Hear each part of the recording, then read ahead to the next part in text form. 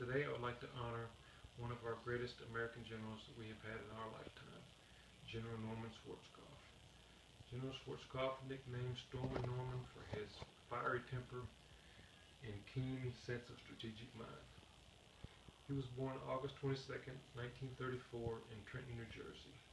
He followed in his father's footsteps and graduated from West Point and was commissioned as a second lieutenant in 1956. Today we're going to discuss a few things that I feel made General Schwarzkopf one of the greatest generals we have had. As stated in his biography, one of the most remarkable incidences in his career happened during his second tour in Vietnam, when he received word that several of his men were trapped in a minefield. He rushed by helicopter to the scene. Upon arriving, he found several men still trapped in the minefield.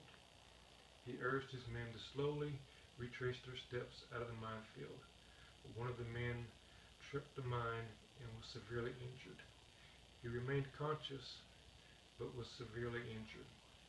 General Schwarzkopf, at that time Colonel Schwarzkopf, slowly worked his way to the injured man, injured himself, to help the man. He held him down while another man came and splintered his leg.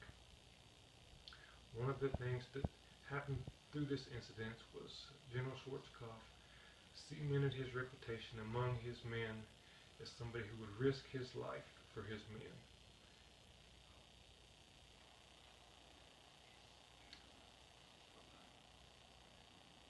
In 1971, he returned home to find the American public very disgusted with the war that was going on and not supporting the military. The Army sent Schwarzkopf to travel around to speak to the American people.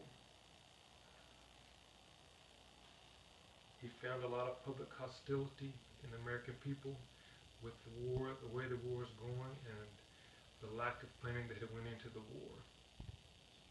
For a time, General Schwarzkopf considered leaving the military altogether, but he decided to stay and was determined that any war fought from here on out under his command would be fought very differently.